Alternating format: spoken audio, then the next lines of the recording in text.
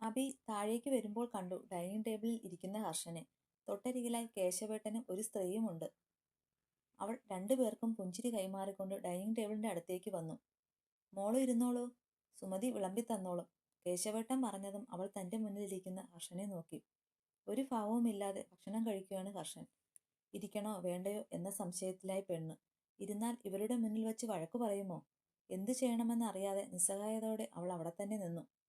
ഇരിക്കും മോളെ, വീണ്ടും കേശവൻ പറഞ്ഞതും മറ്റൊരു നിവൃത്തിയുമില്ലാതെ അവൾ കസേര നീക്കിക്കൊണ്ട് അതിലേക്ക് ഇരുന്നു. അവൾ ഇരുന്നതും സുമതി ഭക്ഷണം വിളമ്പാൻ തുടങ്ങിയിരുന്നു. നാളെ തൊട്ട് ഇവിടെ തന്നെ ഉണ്ടാക്കാം ഭക്ഷണം. സുമതിയോട് എന്താണ് വേണ്ടതെന്ന് വെച്ചാൽ പറഞ്ഞാൽ മതി. കേശവൻ പറഞ്ഞതും അവൾ തലയുയർത്തി അദ്ദേഹത്തിനോട് ശരിയെന്ന് തലയാട്ടി കാണിച്ചു. നിങ്ങൾ ഇന്ന് ഹോസ്പിറ്റലിലേക്ക് പോകുന്നുണ്ടോ? ഹർഷനും അഭിയും കഴിച്ചുകൊണ്ടിരിക്കെ കേശവൻ ചോദിച്ചു. ഞാൻ പോകുന്നുണ്ട്. അഭിനയ ഇവിടെ നിൽക്കും. ഭക്ഷണത്തിൽ നിന്ന് മുഖമുയർത്തി ഹർഷൻ മറുപടി നൽകിക്കൊണ്ട് ഒന്ന് അഭിയെ നോക്കി. അവൾ ഭക്ഷണം കഴിപ്പ് തുടരുകയാണ്. താൻ മറുപടി പറയുന്നതൊന്നും അവൾ ശ്രദ്ധിക്കുന്നില്ലെന്ന് അവന് മനസ്സിലായി. ആ, ഇപ്പോൾ കാർ കൊണ്ടുവരും. ചന്തു വിളിച്ചിരുന്നു ഗാരേജിൽ. കേശവൻ പറഞ്ഞു തീരലും പുറത്ത് കാറിന്റെ ശബ്ദം കേട്ടതും ഒരുമിച്ചായിരുന്നു. കാർ കൊണ്ടുവന്നെന്ന് തോന്നുന്നു, ഞാൻ നോക്കട്ടെ, കേശവൻ പറഞ്ഞുകൊണ്ട് വേഗം അവിടെ നിന്ന് പുറത്തേക്ക് പോയി. ഹർഷനും വേഗം കഴിച്ചെഴുന്നേറ്റു. അഭി ഇപ്പോഴും കഴിപ്പ് തുടരുകയാണ്. മോൾക്ക് ഇനി എന്തെങ്കിലും വേണോ? സുമതി ചോദിച്ചതും വേണ്ടെന്നവൾ തലയാട്ടി പ്ലേറ്റിലുള്ള ഭക്ഷണം മുഴുവൻ അവൾ കഴിച്ചു തീർത്തു. മോളുടെ പേരെന്താ? കഴിച്ച് എഴുന്നേറ്റ് പോകാൻ നിന്നവളോട് സുമതി ചോദിച്ചു. അഭിനയ. ചെറുപുഞ്ചിരി സുമതിക്ക് കൈമാറിക്കൊണ്ട് അവൾ പേര് പറഞ്ഞുകൊണ്ട് നേരെ വാഷ്റൂമിന്റെ അടുത്തേക്ക് നീങ്ങി. അപ്പോൾ അഭി എന്ന് വിളിക്കാമല്ലേ? ടേബിളിലുള്ള സാധനങ്ങളൊക്കെ എടുത്തുകൊണ്ട് വയ്ക്കുന്നതിനിടെ സുമതി ഉറക്കെ ചോദിച്ചു. അവൾ കഴുകുന്നിടത്ത് നിന്ന് സുമതിയോട് ഒന്ന് മൂളിക്കൊണ്ട് അങ്ങനെ വിളിച്ചോന്ന് തലയാട്ടി ആംഗ്യം കാണിച്ചു. ഭക്ഷണം കഴിച്ചു കഴിഞ്ഞ് അഭി നേരെ മുകളിലേക്ക് പോയി. യാത്രാക്ഷീണം അവളെ നല്ലതുപോലെ ബാധിച്ചിട്ടുണ്ട്. ഒന്ന് ഉറങ്ങിത്തീർന്നാലേ അതൊക്കെ മാറും. അതുകൊണ്ട് കൂടിയാണ് സുമതിയോട് പറഞ്ഞുകൊണ്ട് അവൾ റൂമിലേക്ക് വന്നത്. ബെഡിലേക്ക് വീണതേ അവൾക്ക് ഓർമ്മയുള്ളൂ. പെടുന്നനെ നല്ലൊരു ഉറക്കത്തിലേക്ക് അവൾ സഞ്ചരിച്ചിരുന്നു. സാർ വിളിച്ചിരുന്നു. അതാ ഞാൻ തന്നെ കൊണ്ടുവരാമെന്ന് കരുതിയത്. പറയുന്നതിനോടൊപ്പം ഹർഷന് നേരെ ഗാരേജിൽ നിന്ന് വന്നവൻ താക്കോൽ നീട്ടി.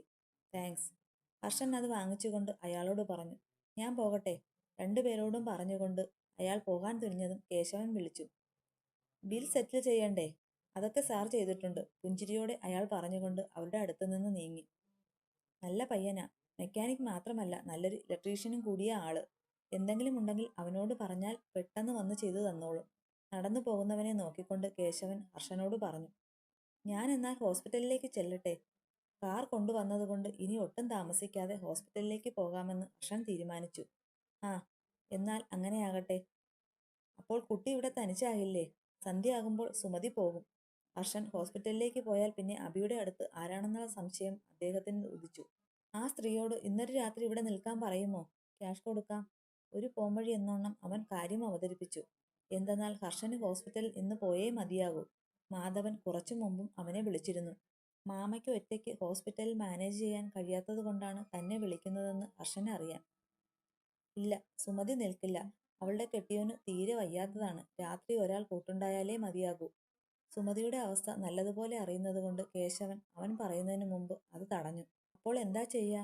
ഞാൻ പോയാൽ എപ്പോഴാ തിരിച്ചു വരിക എന്ന് പറയാൻ കഴിയില്ല. ഹോസ്പിറ്റലിലെ സിറ്റുവേഷൻ നോക്കണം. എന്തു ചെയ്യണമെന്നറിയാതെ അവൻ ശങ്കിച്ചു. ഒറ്റയ്ക്ക് ഈ വലിയ വീട്ടിൽ എങ്ങനെയാ അവൾ നിൽക്കുക? രാത്രി ഒന്ന് വിളിച്ചാൽ ആരെങ്കിലും അടുത്തില്ലെങ്കിൽ ശരിയാകില്ലെന്ന് അവനറിയാം. മറ്റൊരു വഴിയും അവന്റെ മുന്നിലില്ല താനും. ഒരു കാര്യം ചെയ്യാം, ഞാൻ എൻ്റെ ഭാര്യയോട് ഇവിടേക്ക് വരാൻ പറയാം. സന്ധ്യ കഴിഞ്ഞാൽ അഭിമോൾക്ക് അവൾ കൂട്ടുനിന്നോളും. 1-2 ദിവസത്തെ കാര്യമല്ലേ? ഒരു പോംവഴി എന്നോണം കേശവൻ പറഞ്ഞതും അത് നല്ലതാണെന്ന് ഹർഷന് തോന്നി. പരിചയമുള്ളവർ ആണെങ്കിൽ അത്രയും നല്ലതല്ലേ? ഞാൻ അഭിനയോട് പറഞ്ഞു വരാം. ഹർഷൻ കേശവനോട് പറഞ്ഞുകൊണ്ട് തറവാടിനകത്തേക്ക് കയറി. അകമൊക്കെ ചുറ്റും നോക്കിയെങ്കിലും അഭിയെ അവിടെയൊന്നും അവൻ കണ്ടില്ല. അഭിമോള് മുകളിലേക്ക് പോയിട്ടുണ്ട്. ഹർഷൻ അഭിയെയാണ് തിരയുന്നതെന്ന് മനസ്സിലായതും ഡൈനിങ് ടേബിൾ വൃത്തിയാക്കുന്നുണ്ടായിരുന്ന സുമതി ഉറക്കെ പറഞ്ഞു. ഹർഷൻ അവരെ നോക്കി പതിയെ പുഞ്ചിരിച്ചുകൊണ്ട് അഭിയുടെ റൂം ലക്ഷ്യമാക്കി സ്റ്റെപ്പുകൾ കയറി. അഭിയുടെ റൂമിന്റെ അടുത്തെത്തിയതും റൂം വാതിൽ അടച്ചിരിക്കുകയാണ് അവൻ കണ്ടത്. പിന്നെ ഒന്നും നോക്കിയില്ല. 1-2 പ്രാവശ്യം അവൻ വാതിൽ തട്ടി വിളിച്ചു. എന്നാൽ ഒരു പ്രതികരണവും അഭിയുടെ ഭാഗത്തു നിന്നും ഉണ്ടായില്ല. 1-2 തവണ കൂടി ആവർത്തിച്ചതും അവൻ പതിയെ വാതിൽ തള്ളി തുറക്കാൻ നോക്കി. എന്നാൽ വാതിൽ തള്ളിയതും അത് മലർക്കെ തുറന്നിരുന്നു. അഭിയുടെ റൂമിനകത്തേക്ക് അവൻ കയറിയതും കാണുന്നത് കട്ടിലിൽ കിടന്നുറങ്ങുന്ന അഭിയെയാണ്. ഒരു വേള അവൻ്റെ കണ്ണുകൾ അവളുടെ കാൽപാദത്തിലേക്ക് ചെന്നെത്തി. കറുത്ത മണികളോട് കൂടിയ കുഞ്ഞു പാദസരമുണ്ട് അവളുടെ കാലുകളിൽ. വെളുത്തുരുണ്ട ആ പാദങ്ങളിൽ ആ പാദസരം ഒന്നുകൂടി ഭംഗി കൂട്ടുന്നു. കാൽപാദത്തു നിന്ന് അവൻ്റെ കണ്ണുകൾ അഭിയിലാകെ ഓടിയലഞ്ഞു. അവൻ പോലും പ്രതീക്ഷിക്കാതെ അവളെ അവൻ കണ്ണെടുക്കാതെ നോക്കി നിന്നു. അപ്പോഴാണ് അവൻ്റെ കണ്ണുകളിൽ അവളുടെ നീലക്കൽ മൂക്കുത്തി ശ്രദ്ധയിൽപ്പെട്ടത്. ഇത്രയും നാളും താൻ കണ്ടിട്ടില്ലല്ലോ ഈ മൂക്കുത്തി അവളുടെ മുഖത്ത്. ചെറിയൊരു കടുകുമണിയോളം വരുന്ന മൂക്കുത്തി. ജനലിലൂടെ വരുന്ന സൂര്യവെളിച്ചത്തിൽ അത് ഒന്നുകൂടി മിന്നിത്തിളങ്ങി. ഒരിക്കൽ കൂടി ആ മൂക്കുത്തി പ്രകാശിച്ചതും അവൻ്റെ കൈകൾ പതിയെ അവളുടെ മൂക്കുത്തിയുടെ അടുത്തേക്ക് നീങ്ങി. പെട്ടെന്നാണ് അവന് താനിപ്പോൾ എന്താ ചെയ്യുന്നതെന്ന് ഓർമ്മ വന്നത്. പെടുന്നനെ അവൻ കൈകൾ മാറ്റി സ്വയം തലക്കിട്ടൊന്ന് കൊട്ടി. പിന്നെ ഒട്ടും സമയം കളയാതെ ഉറങ്ങിക്കിടക്കുന്നവളെ അവൻ വിളിച്ച് എഴുന്നേൽപ്പിക്കാൻ നോക്കി. ഒന്ന് രണ്ട് തവണ വിളിച്ചിട്ടും അവളൊന്നും അറിയുന്നുണ്ടായിരുന്നില്ല. പിന്നെ ഒരു വഴിയുമില്ലാതെ അവളുടെ ദേഹത്ത് കൈവച്ച് പതിയെ അവൻ അവളെ കുലുക്കി വിളിച്ചു. ഒന്ന് രണ്ട് പ്രാവശ്യം അത് തുടർന്നതും അവൾ പതിയെ കണ്ണുകൾ തുറന്നു. എന്നാൽ തൻ്റെ കൺമുന്നിൽ ഹർഷനെ കണ്ടതും അവൾ ഞെട്ടിപ്പിടഞ്ഞെഴുന്നേറ്റു. ഞാൻ ഉറങ്ങിപ്പോയി. അവൾ വേഗം ബെഡിൽ നിന്ന് എഴുന്നേറ്റു തൻ്റെ ഡ്രസ്സൊന്ന് ശരിയാക്കി. ഞാൻ ഹോസ്പിറ്റലിലേക്ക് പോവുകയാണ്, അത് പറയാനാ വന്നത്. അവനും ഒന്ന് പരുങ്ങാതിരുന്നില്ല. എന്തെന്നാൽ കുറച്ചു നിമിഷങ്ങൾ മുമ്പുള്ള ഓർമ്മകൾ അവനെ ഇപ്പോൾ ചുട്ടുപൊള്ളിക്കുന്നു. മനസ്സുകൊണ്ട് ഒരിക്കലും ആഗ്രഹിക്കാത്ത കാര്യമാണ്. പക്ഷേ എന്തോ തൻ്റെ കണ്ണുകൾ തന്നെ ചതിച്ചത്. ഞാൻ ഇറങ്ങുന്നു. നേരത്തെ വന്ന കേശവട്ടൻ്റെ ഭാര്യ രാത്രി തനിക്ക് കൂട്ടി നിന്നോളും. ഞാൻ പോകുന്നു. അത്രയും പറഞ്ഞു അവൻ വേഗം അവളുടെ മുന്നിൽ നിന്ന് റൂമിൽ നിന്നും പുറത്തേക്ക് ഇറങ്ങിപ്പോയി. അവൻ പോയി കഴിഞ്ഞതും മുടിയൊന്ന് ഒതുക്കിക്കൊണ്ട് അവൾ വീണ്ടും ബെഡിലേക്ക് വീണു. അത്രയും ക്ഷീണമുണ്ട് പെണ്ണിന്. യാത്രയിലുടനീളം ഹർഷൻ്റെ മനസ്സിൽ കുറച്ചു മുമ്പ് താൻ ചെയ്ത പ്രവൃത്തി തന്നെയായിരുന്നു. കൺമുന്നിൽ പോലും അവൾ നിൽക്കുന്നത് ഇഷ്ടമല്ലാത്ത ദിനങ്ങളുണ്ടായിരുന്നു. അവളെ കാണുമ്പോൾ രോഹിത് പറഞ്ഞ വാക്കുകളാണ് എപ്പോഴും മനസ്സിലേക്ക് വരുന്നത്. അങ്ങനെയുള്ളവളെ താൻ എന്തിനാണിപ്പോൾ? ഓരോന്ന് ഓർക്കുമ്പോൾ അവൻ്റെ മനസ്സ് ആകെ അസ്വസ്ഥമായി. നന്ദനത്തിൽ നിന്നും ഇല്ലാത്ത എന്ത് പരിഗണനയാണ് ഇവിടെ വന്നപ്പോൾ തനിക്ക് അവളോട് തോന്നുന്നത്?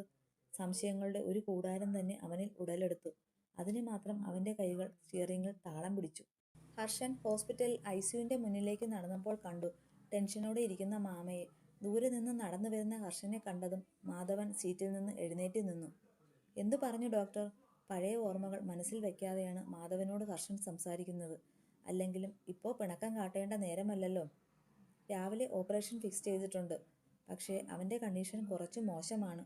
പഴയതൊക്കെ മനസ്സിലിട്ട് ഇപ്പോഴും അവൻ തൻ്റെ കൂട്ടുകാരനെ ഓർക്കുമ്പോൾ മാധവൻ്റെ മനസ്സ് വല്ലാതെ വേദനിക്കുന്നു. അതിനെന്നോണം മാധവൻ്റെ ശബ്ദം ഒന്നിടറി. പെട്ടെന്ന് രാജമാമയ്ക്ക് ഇങ്ങനെ ഉണ്ടാകാൻ എന്താ കാരണം? മാധവൻ്റെ ശബ്ദത്തിലെ ഇടർച്ച മനസ്സിലാക്കി തന്നെയാണ് ഹർഷൻ ചോദിക്കുന്നത്. എന്തെന്നാൽ രാജമാമയ്ക്ക് ഒരു അസുഖവും ഇതുവരെ ഉള്ളതായി അവനറിയില്ല. പെട്ടെന്ന് എന്ത് സംഭവിച്ചു എന്ന സംശയം ഇപ്പോഴും അവൻ്റെ മനസ്സിലുണ്ട്. അവനെ നിനക്കറിയാവുന്നതല്ലേ, പഴയ ഒരു പ്രണയമുണ്ടായിരുന്നു അവന്. അത് മനസ്സിലിട്ട് ഇപ്പോഴും നടക്കുകയാണ്. അവൾ ഇവിടുന്ന് പോകുമ്പോൾ പ്രഗ്നൻ്റ് ആയിരുന്നു. നിനക്ക് ഓർമ്മയുണ്ടോ ശങ്കരനെ, നമ്മുടെ കാര്യസ്ഥനായിരുന്ന?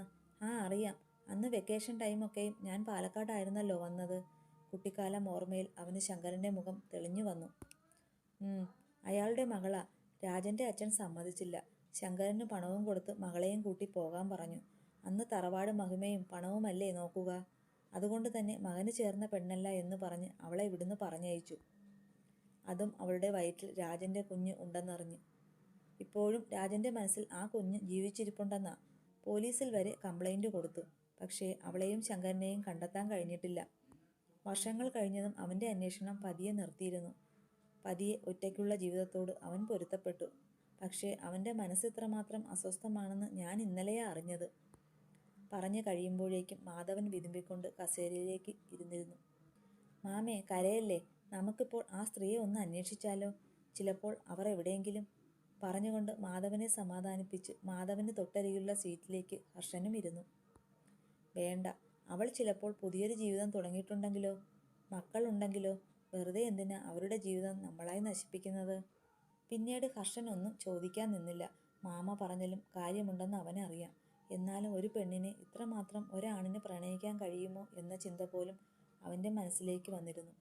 അതേസമയം അവൻ്റെ മനസ്സിലേക്ക് കടന്നു വന്ന പെണ്ണിൻ്റെ മുഖം അവിയുടേതായിരുന്നു. ഒരിക്കലും അവൻ ആഗ്രഹിക്കാത്ത മുഖം. അവളുടെ മുഖം മനസ്സിലേക്ക് വന്നതും പെടുന്നനെ അവൻ തല കുടഞ്ഞു. സുമതി പോയല്ലേ? കോലായിലിരിക്കുന്ന അബിയുടെ അടുത്തേക്ക് കേശവൻ്റെ ഭാര്യ ഭാമ കയ്യിലൊരു പൊതിയുമായി വന്നു. ഭാമ വന്നതും സംശയത്തോടെ അവൾ പടിയിൽ നിന്ന് എഴുന്നേറ്റ് നിന്ന് അവരെ നോക്കി. ഞാൻ ഭാമ, ഇവിടുത്തെ കാര്യസ്ഥന്റെ ഭാര്യയാ. കേശവട്ടൻ നേരത്തെ ഇവിടെ പറഞ്ഞില്ലേ?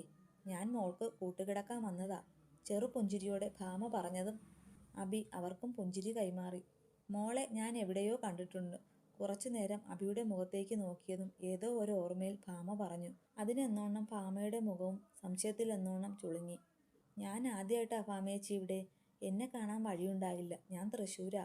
സംശയത്തോടെ തന്നെ നോക്കുന്നവളോട് അബി പറഞ്ഞു. എന്നാൽ എൻ്റെ തോന്നലാകും. ഒറ്റയ്ക്കിരുന്ന് മോള് മുഷിഞ്ഞോ? കയ്യിലെ പൊതി അബിക്ക് മുന്നിൽ തുറന്നുകൊണ്ടാണ് അവർ ചോദിക്കുന്നത്. സുമതി ചേച്ചി പോയപ്പോൾ ഞാൻ പിന്നെ വെറുതെ ഇവിടെ. മറുപടി പറയുന്നതിനോടൊപ്പം ഭാമ അഴിച്ചെടുക്കുന്ന പൊതിക്കെട്ടിലേക്കും അബിയുടെ നോട്ടം ചെന്നെത്തി. കുറച്ച് ഇലയുടെയാ, ചന്തുവിനുണ്ടാക്കിയതാ. മോളെ ഓർത്തപ്പോൾ 1-2 ഞാൻ ഇവിടേക്കും എടുത്തു. പറയുന്നതിനോടൊപ്പം അതിൽ നിന്ന് ഒരു ഇലയട അബിക്കു നേരെ നീട്ടി ഭാമ. വേണ്ടായിരുന്നു. അവൾക്കെന്തോ മടി തോന്നി ഭാമയുടെ കയ്യിൽ നിന്ന് ഇലയട വാങ്ങിക്കാൻ. ഇതൊക്കെ ഒരു രസമല്ലേ കുട്ടി? ദാ തിന്നു നോക്ക്. അബിയുടെ കൈകളിലേക്ക് കൊടുത്തതും പുഞ്ചിരിയോടെ അവളത് സ്വീകരിച്ചു ഇലയും കളഞ്ഞ് ഭാമയുടെ മുന്നിൽ വച്ചു തന്നെ കഴിക്കാൻ തുടങ്ങി അബി. എന്തുണ്ട്? ടേസ്റ്റ് ഉണ്ടോ? സൂപ്പർ ഭാമേച്ചി, അവൾ കൈയോടെ അടിപൊളി എന്ന് പറഞ്ഞു. ചന്തുവിന് ഇലയട എന്ന് പറഞ്ഞാൽ ജീവനാ. നാത്തൂനുണ്ടായിരുന്നപ്പോൾ സ്ഥിരം വൈകുന്നേരത്തെ അവൻ്റെ ഭക്ഷണം ഇലയടയായിരുന്നു. നാത്തൂൻ പോയതോടെ ഇടയ്ക്കെല്ലാം ഞാൻ അവന് ഉണ്ടാക്കി കൊടുക്കും. എന്നാലും നാത്തൂനുണ്ടാക്കുന്ന ടേസ്റ്റൊന്നും ഉണ്ടാകില്ലാട്ടോ. എന്നാലും എൻ്റെ കഴിവിനനുസരിച്ച് ഞാനുണ്ടാക്കും. അവനിപ്പോൾ ഡ്യൂട്ടിക്ക് പോകണം. പറഞ്ഞു തീർന്നില്ലല്ലോ. ദാ അവൻ വരുന്നു. തറവാടിൻ്റെ അങ്ങേ ഭാഗത്തു നിന്നും ഒരു പോലീസ് ജീപ്പ് വരുന്നത് കണ്ടതും ഭാമ ആ ഭാഗത്തേക്ക് നോക്കിക്കൊണ്ട് പറയുകയായിരുന്നു.